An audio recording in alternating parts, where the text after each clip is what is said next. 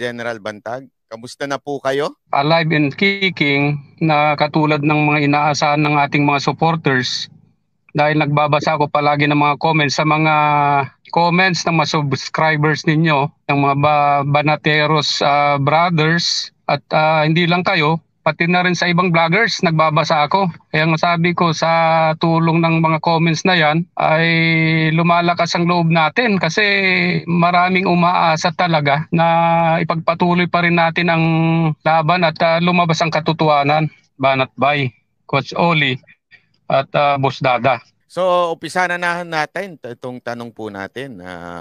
Unang-una sa lahat, asan po ba kayo? Joke lang po. Bibiro lang po. Biro lang po. Hindi po natin alam. Linawin po natin. Hindi po natin alam kung asan po si General Bantag. At nagpapasalamat nga tayo dahil binigyan tayo ng pagkakataon ang Banateros Brothers para makausap. Coach Oli, meron ka bang katanungan, Boss Dada? Una, we miss you, General Bantag. At tayo po ay nakapanood ng mga hearing dyan sa Senado at saka sa Kongreso. Simulan po natin siguro doon. Ano na nangyayari ngayon sa Bucor? Oo nga, napapanood ko rin at nakasubaybay din ako sa mga hearing na yon. Kaso nga lang minsan, nawawalan ako ng gana kapag yung mga nagtatanong na mga politicians doon ay parang malamya. Alam naman ninyo yun di ba? Parang imbis na investigasyon ang pinuntahan doon dahil nga in aid of legislation. Pero parang pumunta pa para konsintihin kung ano yung kalokohan na nangyayari doon. Nakakawalang gana. Parang in aid of election yun Kilala ko yung sinasabi ni General Bantag na yun. Oo, pero yung hindi naman sila lahat ganon. Doon sa Senate, mayroon naman nagtatanong si Senator Tolentino. Maganda yung mga tanong niya At may panaka-naka naman na bumubukol din sa ibang senador sa mga tanong nila. Pero yung iba rin kasi parang kinukonsinti pa si General Katapang yung mga yung mga pagpasok ng droga, mga mahabang baril, yung mga alam naman ninyo yon kahit siguro hindi ko ulitin. Pero mas nakakabilib talaga at bumibilib talaga ako sa Congress, sa House of Congress. Doon magagaling magtanong. Lalo na sina Kung Ako, Kung Bosita, Kung Abante, Kung Rehensya. Minsan kasi hindi na ako nanonood dahil sabi ko nga, paulit-ulit lang at nakakabuisit yung mga sagot ni General Katapang. Parang ang sarap ano yun yung tainga, anong sabi niyo, yung lapirutin ba? Kasi parang bata Ang sarap batukan. Recently, meron huling Senate inquiry Tapos, alam naman natin na supposedly si General Katapang yung nasa hot seat doon, Pero madalas sa kanyang mga statement yung panahon mo, yung kanyang binabanggit. Ayan. So, ano kaya sa tingin mo, General or Mr. Bantag, ano sa tingin mo? Bakit ganun ang nila? Ganun ang galawan nila diyan sa kanilang hearing sa Senado? Hindi ko marinig maigi yung pinakahuling dugtong ng question mo, Boss Dada. Pero parang paano pakiulit nga? Parang ang tanong ni Boss Dada is kasalanan mo pa rin daw hanggang ngayon ang lahat ng kapalpakan diyan sa Bucor. Copy. Oo nga. Sila yung supposedly dapat sumasagot ng mga kabulastugan ngayon, pero ang kanilang sinasabi doon lahat puro nangyari nung time mo at minana lang daw nila lahat yan. Tama ka doon, Boss Dada. Kung ang palaging sinisisi, lahat na lang ay sinisisi hanggang ngayon sa akin. Samantalang ang tagal na niya doon, halos 1 taon na siya doon. Pero itatanong ko lang din naman sa kanya at sa lahat ng mga subscribers ninyo at saka mga maaring manood dito, ang itatanong ko ay naging ganun ba kami nung ako ay ilagay na bagong DJ at ayusin ang Bucor? Siguro kahit minsan hindi ako nagsalita na inayos namin yung mga kapalpakan ng mga pinalitan namin. Wala kaming ganun eh. Wala kaming ganun. Kaya nga ugaling bata itong si parang kung baga yung lollipop ko parang ganun eh. Ang hindi ko maintindihan tong ugali nitong si General pa naman to 4-star general na naging chief of staff ng AFP. Sa bagay, palpak na naman siya doon dahil nga nagkamatay yung mga SUB-44 noon. No wonder naman na ganun talaga ang ugali niya. Malamang noon at hanggang ngayon na siya ang hepe ng Bucor, yun talaga ang scapegoat niya. Yung kapag may kapalpakan siya na panahon naman na niya, ituturo pa rin niya na minana ko yan kasi yun ang naririnig sa kanya eh. Minana ko yan, ganon. Ang dami niyang sinasabi. Gusto kong mag-react talaga sa mga sinasabi niya doon. Katulad ng 1 billion daw. Sinabi, plunder, kaya hindi naman tinatanong yon. Ang tanong ng Senate dyan, dapat yung bakit nakapasok yung mga mahabang baril na nakita nalaman ni Congressman Tulfo na pumutok pa M16, sabi, bakit yung hopya, ang laman, shabob, ang daming kalukuhan, pero ang sinasabi niya, yung kapalpakan ko daw, mga kasalanan ko, plunder case ko daw. Kinasuhan ako dahil sa naubos na daw yung 1 billion pero hindi pa natatapos yung project. Kalukuhan yon. Sino ang kontraktor na magpapatuloy kahit lugi? Nagpapalusot naman ang walang yang katapang na yan. Utang ina niya. Kasi nga, bakit sasabihin ng mga kontraktor na hindi, ipagpapatuloy namin yan. Saan ka makakita ng ganun? Kahit lugi daw itutuloy. Ang katotohanan kasi, tuloy-tuloy lang yung kontratang ganun. Nasa tamang proseso. Hindi naubos yun. Tuloy-tuloy ang proseso, kaya nga ginamit nila yung binida niya na bagong kulungan. Kami ang may gawa nun. Kami. Yun yung mga minana niya, yung magagandang yun.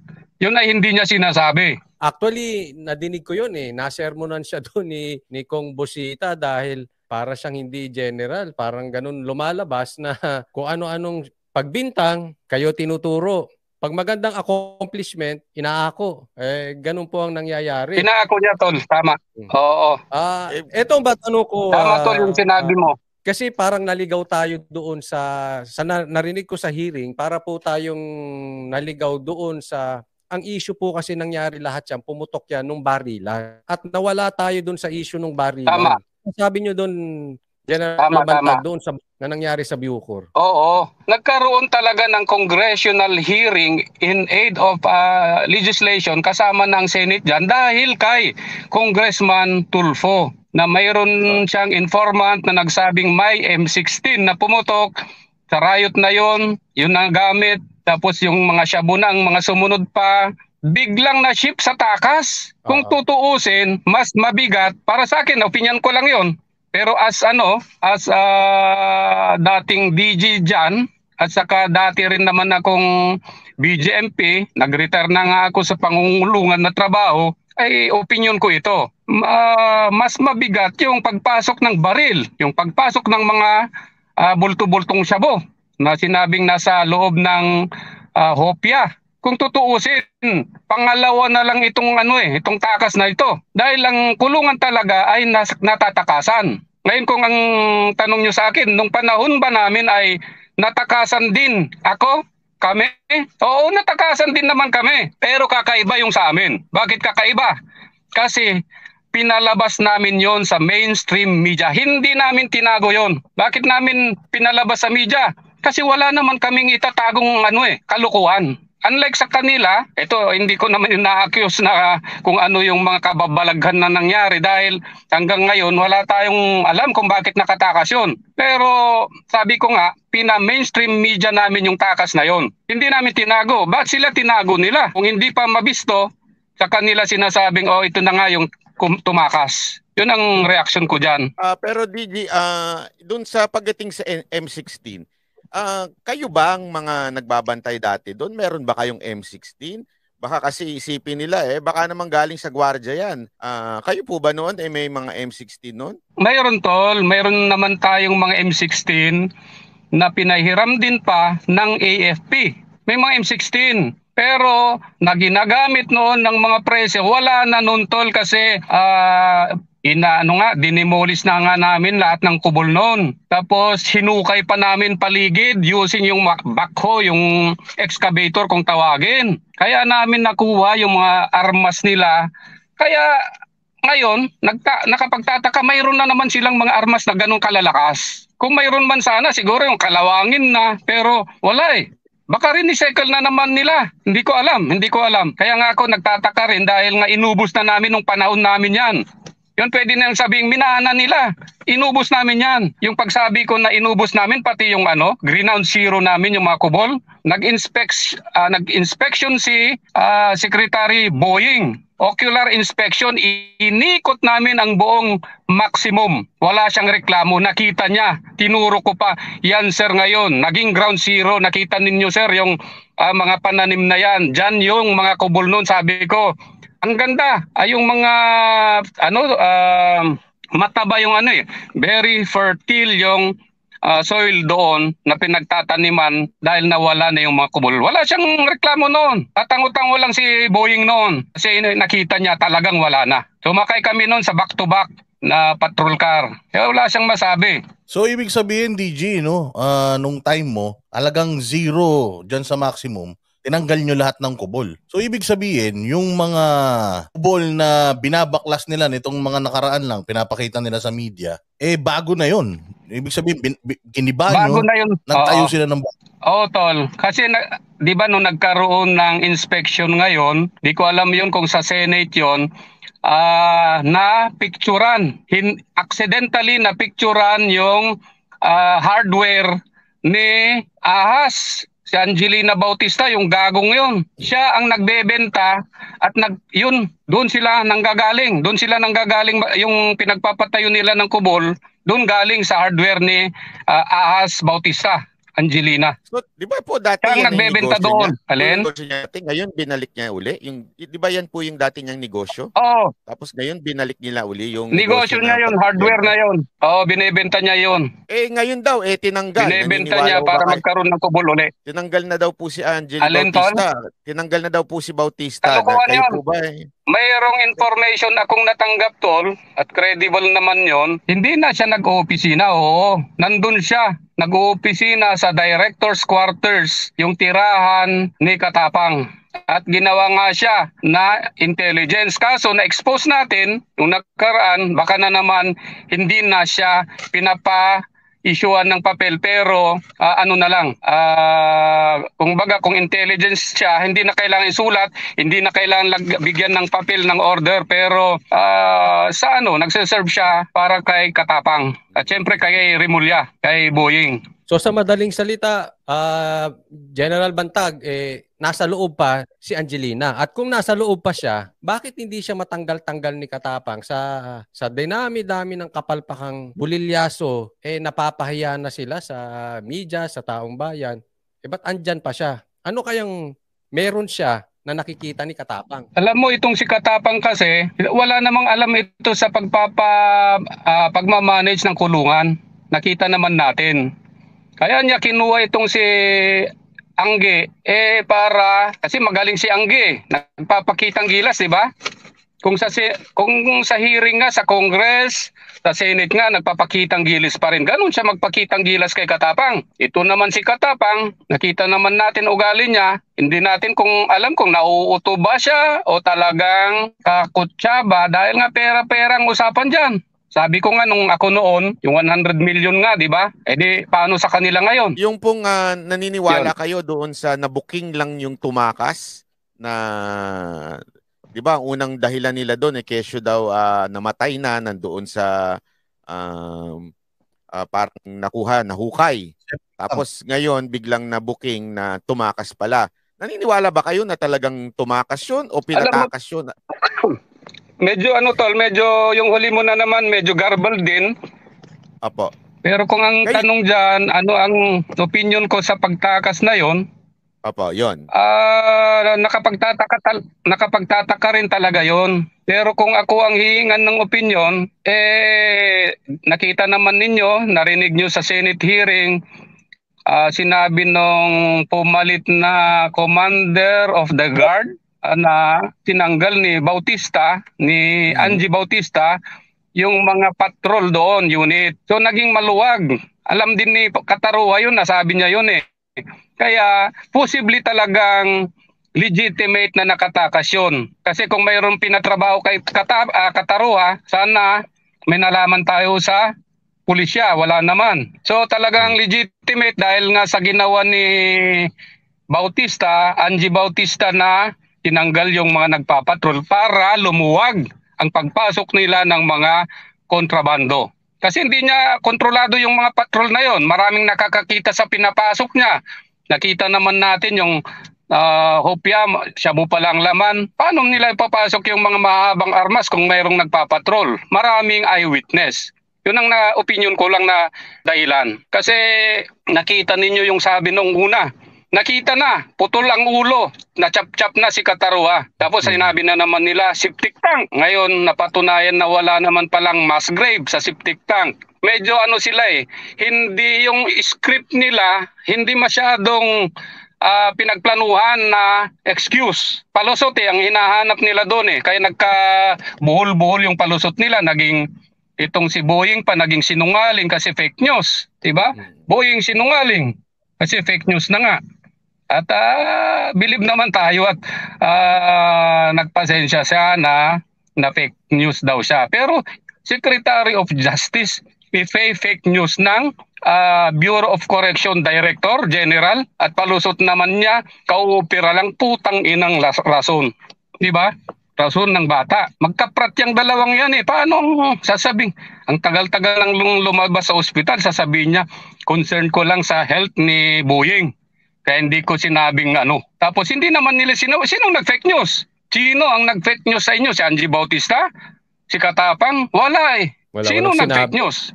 Dapat tinanong si Boying. Baka yung aso. Hindi, yung hearing, mas gusto ko sa na mga naririnig ko sa sa Congress. Kasi mas marami silang matitibay magtanong. Senator Tolentino, saludo rin ako. Sir Bantag, ano, tol?